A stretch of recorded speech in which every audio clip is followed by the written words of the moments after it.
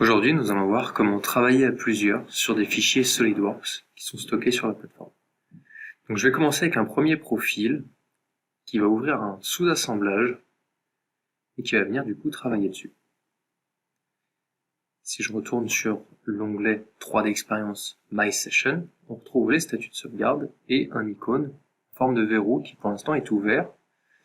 Et si on fait un clic droit, on peut venir dire qu'on réserve le fichier. À ce moment-là, on a une clé verte, et donc le fichier est en édition que pour nous, et il est en lecture seule pour les autres utilisateurs. Par exemple, si on regarde là le profil de Marie, qui se connecte, elle a un verrou rouge, et elle voit que c'est l'autre profil qui l'a verrouillé.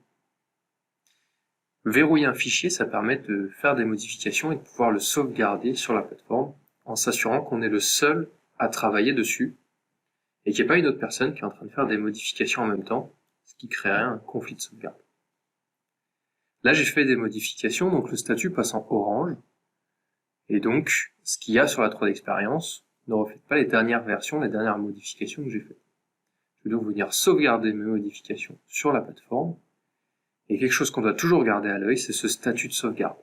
Tant qu'il est en vert, c'est que ce qu'il y a dans la plateforme est bien à jour.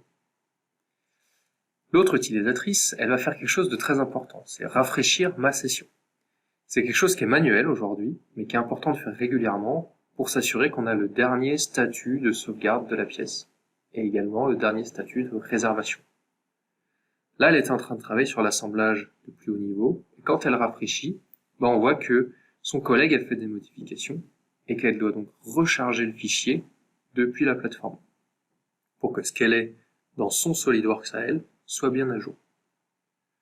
J'ai une commande pour ça, clic droit, elle recharge, ça va écraser ce qu'elle avait elle dans son SolidWorks et recharger le fichier que son collègue a sauvegardé.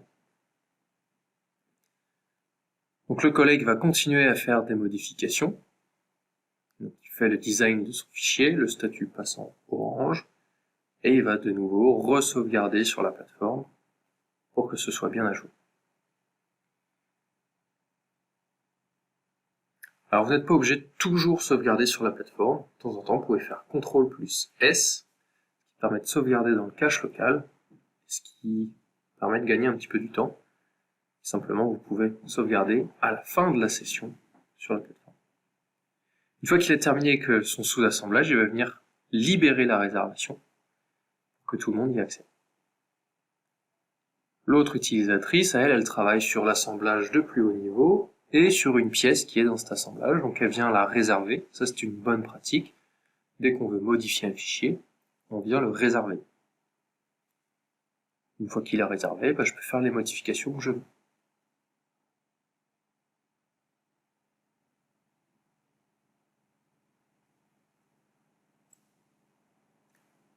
Une fois que c'est fait, donc, je vais enregistrer tout ça sur la plateforme.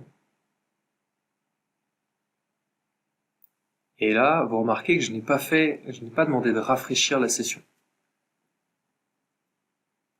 Donc quand je vais vouloir sauvegarder, je vais avoir un message d'avertissement qui me dit attention, sur un sous-assemblage, vous n'avez pas la dernière version. On pourrait sauvegarder tel quel, il sera ignoré à la sauvegarde. Ce qu'on va faire, c'est qu'on va préférer recharger la dernière version de l'assemblage pour être sûr qu'on soit bien à jour avant de sauvegarder.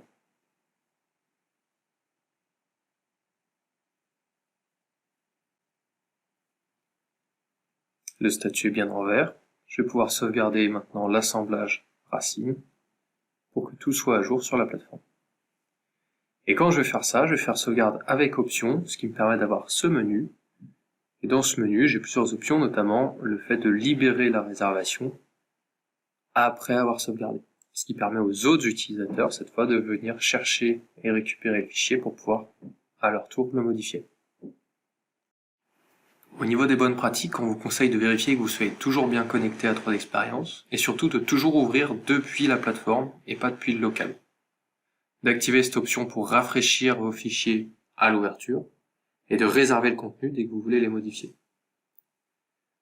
Vous pouvez rafraîchir de temps en temps My Session, comme on a vu, en espérant que Dassault Systèmes le rende un jour automatique. Et puis si vous travaillez avec des références externes, il y a une option à cocher pour charger toutes les références de vos documents lorsque vous les ouvrez.